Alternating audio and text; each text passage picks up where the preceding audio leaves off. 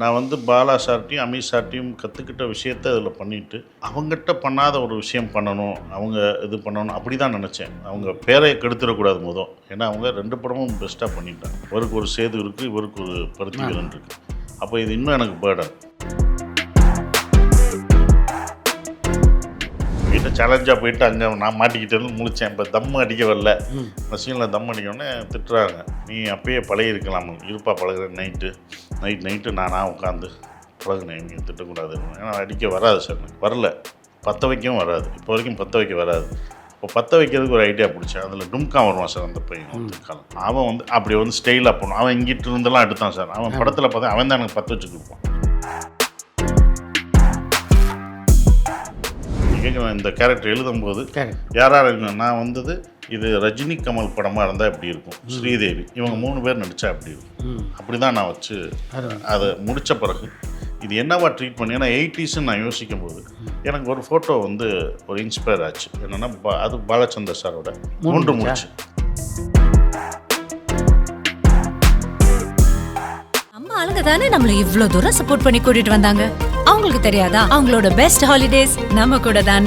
GT Holidays, South India's #1 travel brand. தரம், விலை இரண்டும் எப்போதுமே இரு துருவங்கள்.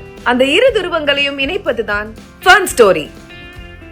போன் 9566010006 மற்றும் 9566010007.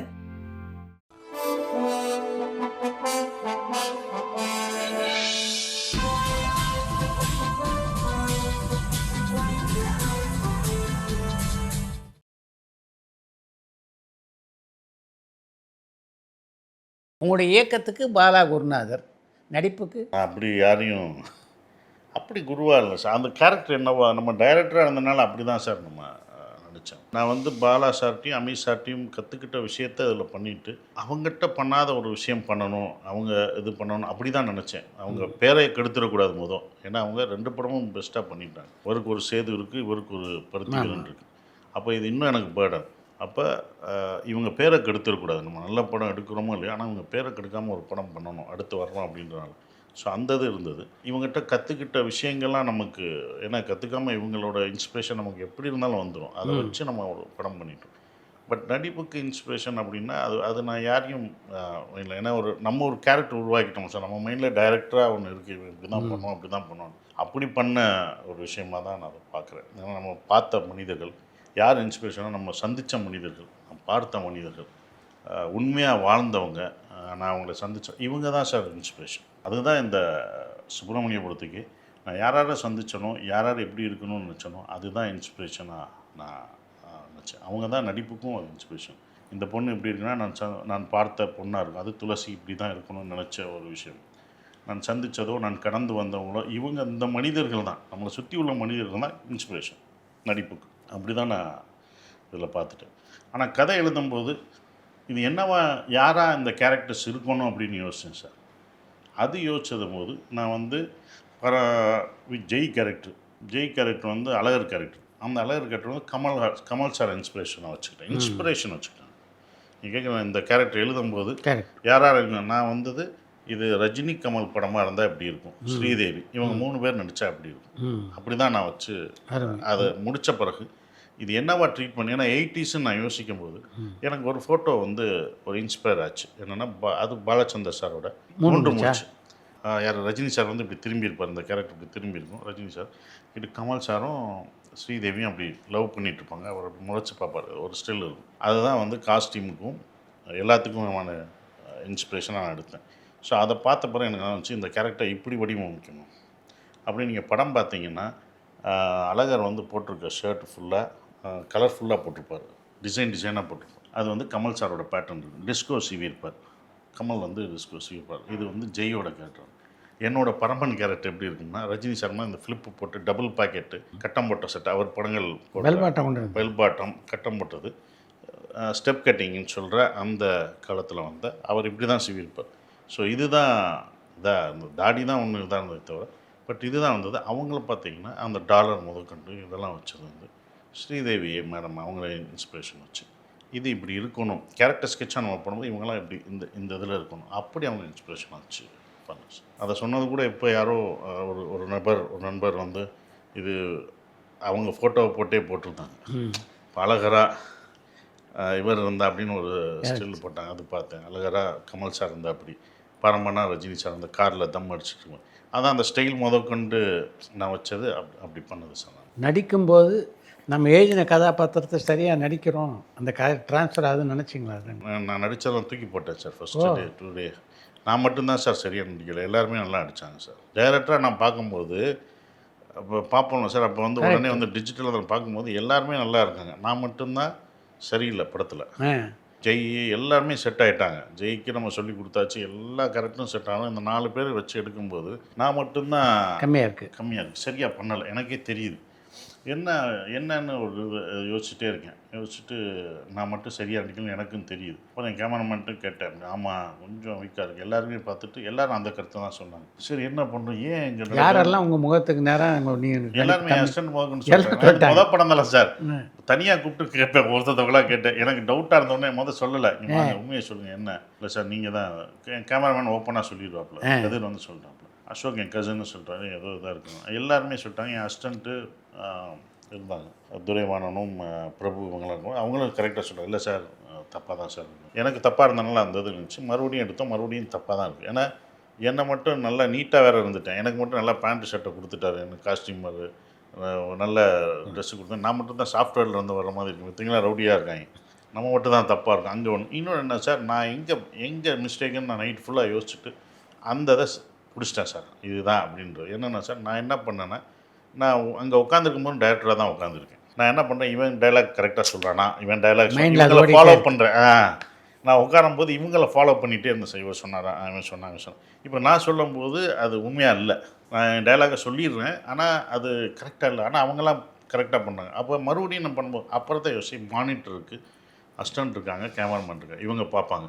நம்ம இங்கே இருக்கும்போது டைரக்டராக இருக்கணும், அங்கே இருக்கும்போது நடிகராக இருக்கணும். அவன் என்ன பண்ணாலும் என்ன வேணால் பண்ணட்டும், அவங்கள்ட்ட சொல்லி கொடுத்துட்டு என்னுடைய இதை நான் ரெடி பண்ணிவிட்டு அப்புறம் தான் பண்ணேன். அதுக்கு வரைக்கும் நான் என்ன பண்ணேன் சார், நடிக்கல சார், நான் முடி இன்னும் கொஞ்சம் வளர்க்கணும். இவன் வெட்டியும் விட்டாங்க, அந்த ஸ்டெப் கட்டிங் நம்ம நினச்சது வரல, இதாகவே அப்பியரன்ஸாகவே வரல. நிறையா தாடி வளர்க்கணும், இவங்க அழகாக வெட்டிட்டாங்க.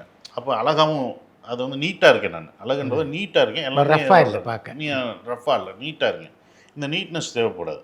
அந்த நீட்னஸ் தேவைப்படாதுனா நான் என்ன பண்ணேன், மறுபடியும் மதுரை குழுங்க சாங்கு எடுத்துகிட்டு, நான் ரொம்ப வரமாட்டேன், அவங்கள மட்டும் வச்சு எடுத்து பாட்டில் எடுத்து இப்போ பாட்டுக்குள்ளே என்ன நுழைச்சேன் சார். இப்போ பாட்டுக்குள்ளே வரும்போது இப்போ டைலாக் இல்லாமல் பண்ணும்போது ஒன்று வரும்ல சார், அப்படி வரும்போது கொஞ்சம் இதாகிட்டோம். அந்த தண்ணியை ஊற்றி கொடுக்குறது, அந்த இதில் அடிக்கிறது, இப்போ எனக்கான அந்த சடையை பிடிச்சி இழுக்கிறது, இந்த வேலையாக என்னென்ன வச்சுருந்தோனோ இந்த வேலையாக பண்ணும்போது கரெக்டாக வந்துருச்சு. இப்போ அடுத்து வரும்போது நம்ம வந்து அப்போ எனக்கு அந்த பாட்டு எடுக்கும்போது எனக்கு தெரிஞ்சிச்சு, நம்ம டைரக்டராக தனியாக இருக்கணும், ஆக்டர் வேறு டைரக்டர் வேறு. அங்கே போகும்போது இவங்க பார்த்துக்குவாங்க நம்பிக்கையில் போயிடணும். அப்போ அதை டிஃப்ரென்ஷியேட் இந்த 2 நாள் ஷூட் பண்ண தூக்கி போட்டு திருப்பி எடுத்தேன் சார். பராசக்தியில் சிவாஜிக்கு பண்ண மாதிரி. அப்படியா சார்? பராசக்தியில் சிவாஜி க்ளோஸ்அப் எல்லாம் தனியாக ஷூட் பண்ணாங்க. அப்படியா சார்? மொத்தம் ஏறக்குறைய 30% திருப்பி. எதனால சார்? அது ரொம்ப வீக்காக இருந்தார் அதில். முதல்ல ஃபஸ்ட்டு பார்க்கும்போது மூஞ்செல்லாம் ஒட்டி இருந்தது. அவர் போடவே கூடாதுன்னு ஏவி செட்டியார். ஒரு ஸ்டேஜுக்கு அவர் தான் அப்படின்னு டிசைட் ஆன உடனே கரெக்ட் பண்ணுவோன்ட்டு அதெல்லாம் கரெக்ட் பண்ணாங்க திருப்பி. ஸோ அப்படி தான் நான் திரையில் வந்து அந்த கதாபாத்திரத்தை முழுமையாக நீங்கள் கடத்தி இருப்பதா எப்போ உணர்ந்தீங்க? இல்லை, அங்கே ஒர்க் பண்ணும்போதே நம்ம கொஞ்சம் கரெக்டாக வந்துட்டோம் அப்படின்னா அந்த கேரக்டராக அதுக்குள்ளே ஏன்னா விட மாட்டோம்ல சார், டைரக்டராக அதை விட்டுறக்கூடாதுன்னு ஒன்று இருக்கும் சார். சிகரெட் வர்றதான் வரல சார் எனக்கு. அது சிகரெட்டே பிடிச்சி பழங்கினதே கிடையாது. அது வரலன்னு என் கேமரா கோவப்பட்டான், நீ முன்னாடியே சொல்லி, ஏன்னா நான் யார்ட்டையும் சொல்ல நான் நடிக்க போகிறேன்றது. அது ஒரு சஸ்பென்ஸாக வச்சு 2 நாளைக்கு முன்னாடி தான் சார் சொன்னேன், இல்லாட்டி குழப்பிடுவாங்கன்ட்டு நான் வந்து சொல்லலை. ஆமாம், ஒருத்தர் யார் அந்த ஆர்டிஸ்ட்டு ட்ரெஸ் ஷூட்டுக்கெலாம் எல்லாம் வர்றாங்க, அந்த பரமன் மட்டும் வரலையே, பரமன் எங்கன்னு கேட்டுட்டு இருந்தேன். இல்லை செங்கல்பட்டை தாண்டோடனே வருவான்னு நான் அது காஸ்டியூமர் அளவு எடுக்கும்போது என் அளவு எடுக்க சொன்னேன். இப்போ காஸ்டியூமும் எடுக்கணும்ப்பா, தைக்கணும். ஏன்னா மதுரையில் ஒரு யூனிட்டே வச்சு தச்சுக்கிட்டு இருக்கோம் சார், ஏன்னா 80s கரெக்ட். இப்போ இது சொன்னோடனே அது யார் காஸ்டியூமர் அப்படின்னு சொல்லி இது பண்ணி காஸ்டியூமர் சொல்லிட்டு போய்ட்டு அவர் நடிக்கிறார் போல்கிட்டு எல்லாம் வந்தாங்க.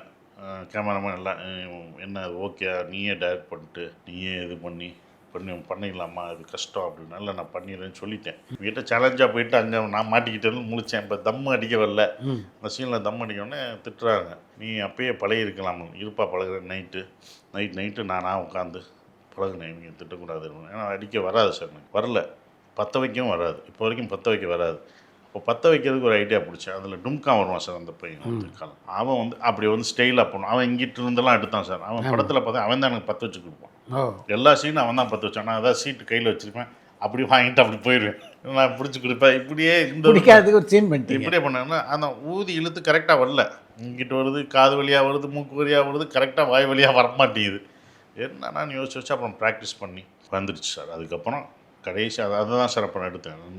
நல்லா சார். இப்போ செகண்ட் ஷெட்யூல் வரும்போது அது ரொம்ப அழகாக பழகிட்டேன், பயங்கரமாக பழகிட்டேன். படம் இப்போ என்ன பண்ணேன் சார், எனக்கு சத்யராஜ் சார் படம் ஒன்று பண்ணியிருப்பார், அது மாதிரி பண்ணணும்னு எனக்கு ஒரு ஆசை சார், இந்த இதில் பண்ணணும் அப்படின்னு சொல்லி. இந்த படத்தில் சார் மணிவண்ணன் சார் டைரக்ஷனில் சத்யராஜ் சார் வந்து அமைதிப்படை அதில் வந்து அவர் ஸ்மோக் இழுத்துட்டு சார் ட்ரிங்க்கை குடிச்சிட்டு முழுங்கிட்டு அதுக்கப்புறம் விடுவார் சார். சரி, இந்த படத்தில் நான் என்ன பண்ணேன்னா டீயை வச்சுக்கிட்டு இழுத்து டீயை வச்சு நல்லா இது பண்ணிவிட்டு சல்லுன்னு ஊதுனேன் சார். ஸோ அதெல்லாம் கரெக்டாக, ஏன்னா அந்த படத்தில் பரமன்றவன் சிகரெட்டு குடிக்கணும், நான் வந்து தவிர்க்கவே முடியாது, ஏன்னா ஸ்கிரிப்டில் அதை எழுதிட்டேன். அதை வச்சுட்டு smoking is injurious to health, அதையும் நம்ம காசுன்னு சொல்லிடணும். அது பார்த்துட்டு அவங்க இதை வச்சு நம்மளும் டீயை எடுத்து சாப்பிட்டுட்டு இந்த மாதிரி ட்ரை பண்ணுவோன்னு நினைப்பாங்க, அதனால் அந்த இதை போட்டேன். ஸோ அப்புறம் அதை முடிச்சுட்டு அந்த படத்துக்கு அப்புறம் நான் ஸ்மோக் பண்ணுறது படத்துக்கு மட்டும்தான் அடிக்கிறேன். அதில் நான் கற்றுக்கிட்டேன் சார். நீங்கள் ஒரு பண்பட்ட நடிகர் ஆகிறதுக்கு யாரெல்லாம் உதவி இருக்காங்கன்னு நினைக்கிறீங்க? எல்லா டைரக்டரும் தான் சார், என்னை வச்சு எடுத்த எல்லா டைரக்டரும் தான் சார் அதுக்கு காரணம். நீங்களே ஒரு டைரக்டர், உங்கள் நடிப்பில் திருத்தம் சொல்கிறாங்களா, இந்த இடத்துல இப்படி அது சொல்லுவாங்க சார், அதெல்லாம் சொல்லுவாங்க சார். நம்ம அப்போ முழுமையாக நம்ம ஒப்படைச்சிடணும் சார். நான் அங்கே போனால் ஆர்டிஸ்ட் தான் சார், அவங்க சொல்கிறத மட்டும்தான் கேட்பேன். நமக்கு சஜஷன் இருந்தால் சொல்லுவோம், அவங்க சொல்கிறத கேட்போம். இப்போ என்னென்னா இப்போ வதந்தி 2 இப்போ பண்ணும்போது கூட இப்போ ஆண்ட்ரூன்றது ஒரு டைரக்டரு, அப்போ அவர் என்ன சொல்கிறாரோ தான் நான் கேட்க முடியும். ஏன்னா போலீஸ் இப்படி இருப்பார்னு அவருக்கு தெரியும். நம்மளோட அவங்க வந்து அதை இப்படி சார் இப்படி தான் நிற்பாங்க, இப்படி தான் செலக்ட் பண்ணுவாங்க, இதுதான் பண்ணுவாங்க அப்படின்னா அவங்க நம்மளோட அவங்க வந்து அதுக்குள்ளே இருந்துட்டு வந்துடுவாங்க. டூரிஸ்ட் ஃபேமிலி பார்த்தீங்கன்னா அபிசஞ்சீவன் தான், சின்ன பையன் தான், 24 வயசு பையன். அவன் என்ன சின்ன பையன் நம்ம சொல்கிறது அப்படின்ற ஈக்குவலாம் கிடையாது. அவர் டைரக்டர், அவர் என்ன மைண்டில் வச்சுருக்காரோ, ஏன்னா அவர் என்ன நடித்தாரோ அந்த பாடி லாங்குவேஜ் தான் பண்ணேன் நான். அதனால தான் அது புதுசாக இருந்தது. அவன் பண்ணுவான் அப்படி அப்படின்வான். அந்த நடிச்சு சிலர் நடித்து காமிப்பாங்க, சிலர் கரெக்ஷன் சொல்லுவாங்க. அது ஒவ்வொரு டைரக்டரை பொறுத்து சார். அப்படி சொன்னால் நான் நடிக்க சொல்லுவேன். ஆனால் கதை சொல்லும்போது எனக்கு அவர் நடிக்கிறது பிடிச்சிருந்தது. நான் அப்போ கதை சொல்லும்போது அவன் நடித்து தான் சொல்லி காமிச்சார். ஆமாம், அப்போ நம்ம கதை கேட்கும் போதே இந்த இவன் பண்ணுற ஆட்டிடியூடை ஃபுல்லாக நம்ம எடுத்துக்கணும், இதை தான் பண்ணணும்னால நான் ஒவ்வொரு ஷாட்டுக்கு முன்னாடி எப்படி அதை செஞ்சு காமி, அன்றைக்கி செஞ்சு காமி, அவர் செஞ்சு காமி, அப்படியே நான் போய் செய்கிறது. நீங்கள் அது பார்த்தீங்கன்னா அது நானாக தெரிய மாட்டேன். அப்போ என்னோடய பாடி லாங்குவேஜ் வராது. அப்போ அந்த டைரக்டரோட அவர் பண்ணுற சவுண்டு, அந்த அவர் சொல்கிறது அப்படின்றது நம்ம ஒரே மாதிரி ஒன்று வச்சுருப்போம், ஒரே பேட்டர்னாக வச்சுருப்போம். அவங்க சொல்லும் போது தான் சில டைரக்டர் வந்து இதை மாற்றுங்க, இது இப்படி பண்ணுங்க அப்படின்னு சொல்லுவாங்க சார். அப்போ இவ்வளோ தூரம் வந்திருக்குன்னா அது எல்லா டைரக்டரும் தான் காரணம். ஏன்னா அவங்க ஒன்று நினச்சி சார் நீங்கள் இப்படி தான் நடிக்கணும், இது பண்ணக்கூடாது, உங்களுக்கு ஒன்று இருக்குது, இமேஜ் இருக்குது அப்படின்னு சொல்லி ஒன்று ஒன்றா சொல்லி வர்றது அத்தனை டைரக்டர் தான் சார் அது காரணம். எது உங்களுடைய சக்ஸஸ்ஃபுல் பாதையாக இருக்கோ அதே பாதையில் தொடர்ந்து பயணிக்கணும் அப்படின்னு விரும்புகிறீங்களா, இல்லை மாறுபட்ட கதை அம்சம் உள்ள படங்களை தொடர்ந்து? இல்லை, எல்லாமே பண்ணணும் தான் சார் ஆசைப்படுவேன். இது நான் அப்படி தான் அயோத்தியை நான் பண்ணது சார். அயோத்தி, நந்தன், இப்போ வர்ற படங்கள்லாம் ஒரு மாறுபட்ட ஒரு விஷயம், டிஃப்ரெண்ட், ஒரே மாதிரி பண்ணக்கூடாது. அதுவும் எனக்கும் அது போர் அடிக்குது, ஒரே மாதிரி பண்ணாலும் ஆடியன்ஸுக்கும் அது போர் அடிச்சோம். அப்போ கொஞ்சம் மாற்றலான்னு தான் வந்தது சார் முதல். அதனால தான் அயோத்தியில் நான் மாற்றினேன். ஏன்னா யூஷுவல் ஃபார்முலாலேருந்து கொஞ்சம் மாறணும்னு தோணும் சார். அறுவடை எடுப்பேன், சண்டை போடுவார், இப்படின்ற ஒரே பேட்டர்னாக இருக்கக்கூடாது. ஏன்னா இவ்வளோ வருஷம் கடந்து வந்தாச்சு. அப்போ கொஞ்சம் மாறணுன்றனால தான் சார் அயோத்தி பண்ணது, நந்தன் பண்ணது, டூரிஸ்ட் ஃபேமிலி, ஸோ மைலாட், இப்போ ஒன்று ஒரு இதில் பண்ணிக்கிட்டு இருக்கேன். ஸோ அதுதான் நான் வந்து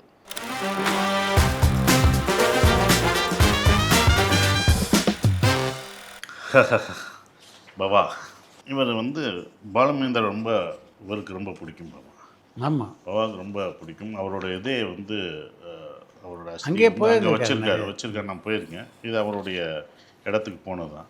இவர் எப்படி எனக்கு ஆச்சுன்னா சார், இவர் என்னை கூப்பிட்டுருக்காரு. நான் பாபாவை பெருசாக கண்டுக்கல சார். நான் ஆரம்பத்தில் எனக்கு யாரும் தெரியாதனால விட்டுட்டேன் சார். லாக்டவுன் அப்போ எல்லாம் வீட்டில் உட்காந்துருக்கும் போது ஒருத்தர் வந்து கதை சொல்கிறார். யாரா அந்த மனுஷன் ஒரு திண்ணையில் உட்காந்துக்கிட்டு சாதாரணமாக நம்ம கதை சாதாரணமாக சொல்கிறாப்பே நம்மளும் கேட்குற மாதிரி நமக்கு பிடிக்கிற மாதிரி ஒரு கதை. நான் அப்படி 2-3 கதை சொல்கிறார் சார்.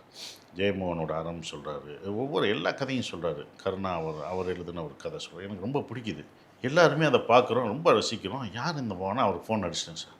அப்போ அவர் என்னை பற்றி சொல்கிறார், அவங்களை எனக்கு ரொம்ப பிடிக்கும் அப்படின்னு சொல்லி பாலுமகேந்திராவுக்கு நீங்கள் எவ்வளோ பண்ணீங்க, உங்களை என்னென்னா பாலுமகேந்திரா சார் நான் பார்க்கணும் என்னை பற்றி அவர்கிட்ட சொல்லியிருக்காரு.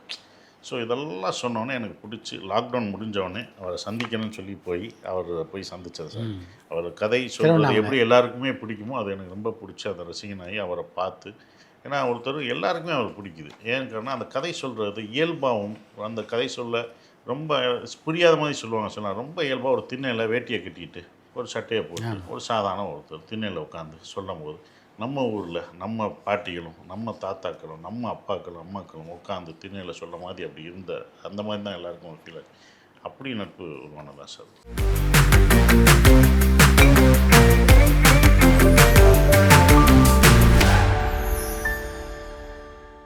கமல் சாரை வச்சு நீங்கள் சூரசம்ஹாரம் டைரக்ட் பண்ணீங்க.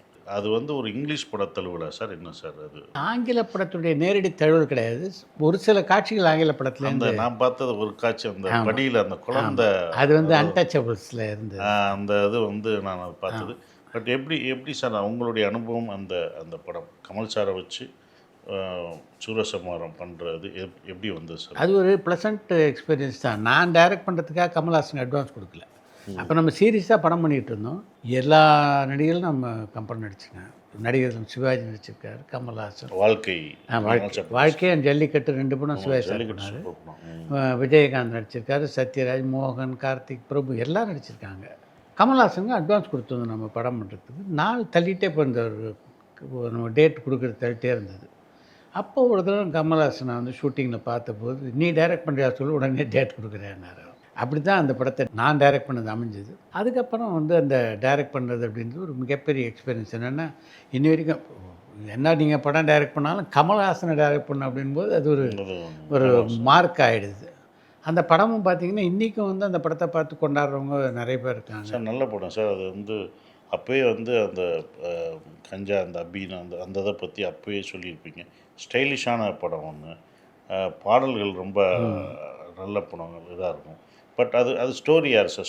ஸ்க்ரீன் பிளே நான் தான். நீங்கள் தான். அருமையான ஒரு இதாக இருந்தது சார். Good experience.